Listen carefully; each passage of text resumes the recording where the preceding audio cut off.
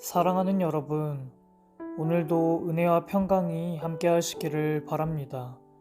오늘은 속회공과 34과 거룩하게 살아가기 라는 제목으로 함께 말씀 나누겠습니다. 오늘의 말씀은 베드로전서 1장 13절로 25절의 말씀입니다. 그 중에서 15절과 16절을 함께 읽겠습니다. 오직 너희를 부르신 거룩한 이처럼 너희도 모든 행실에 거룩한 자가 되라. 기록되었으되 내가 거룩하니 너희도 거룩할지어다 하셨느니라. 아멘. 로마의 네로 황제의 박해로 성도들은 나그네처럼 소아시아의 전역으로 흩어졌습니다. 그들은 죄악이 가득한 세상에서 불같은 시험을 당했습니다. 성도는 하나님의 은혜로 영혼의 구원을 받은 거룩한 백성입니다. 베드로는 이러한 백성들을 향해 예수님의 재림의 때에 주어질 은혜를 바라보며 어떠한 상황에서도 성도의 신분에 걸맞는 거룩한 생활을 할 것을 권면하고 있습니다. 그렇다면 거룩한 생활은 어떠한 삶을 말합니까? 성도는 예수님이 다시 오셔서 베푸실 상급을 온전히 받기 위해 맑은 정신 상태로 마음을 가다듬으며 자신을 잘 지켜야 합니다. 13절에서 16절을 보면 깨어 근신하며 살아야 한다 라고 말합니다. 이것은 마치 일을 할 때에 거추장스러운 긴 옷자락을 허리띠로 동여매듯 마음의 허리를 단단히 동이고 모든 행실을 거룩하게 살아야 하는 것입니다. 우리는 복음을 알지 못할 때에 욕망을 따라 살았습니다. 그러나 이제는 하나님의 자녀가 되었기 때문에 거룩하신 하나님의 뜻에 순종해야 합니다. 예수님은 우리의 죄를 짊어지고 십자가에서 죽기까지 순종하는 모범의 본을 보이셨습니다. 따라서 성도는 마음을 단단히 먹고 근신하며 악한 세상의 부당한 고난을 이겨내야 합니다. 전에 모르고 쫓았던 세상의 쾌락과 나쁜 습관에 다시 물들지 않도록 모든 행실을 정결하고 거룩하게 해야 하는 것입니다. 거룩한 생활의 두 번째는 하나님을 두려워하는 생활을 해야 합니다.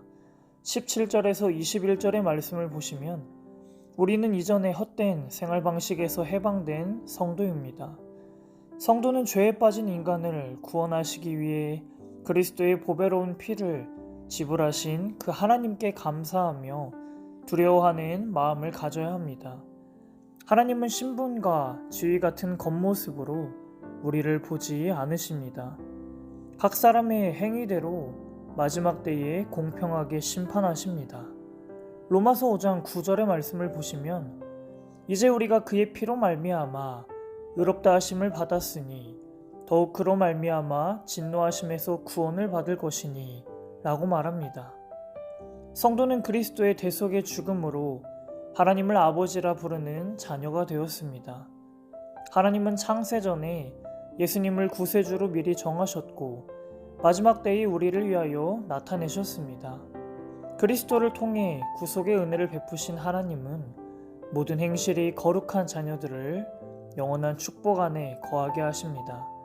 그러므로 이 땅에서 나그네로 지내는 동안 하나님을 경외하는 생활을 해야 합니다. 거룩한 생활의 세 번째는 하나님의 말씀을 붙잡고 뜨겁게 사랑해야 합니다. 22절에서 25절에 보시면 성도는 서로 태어난 사람들이다 라고 말합니다.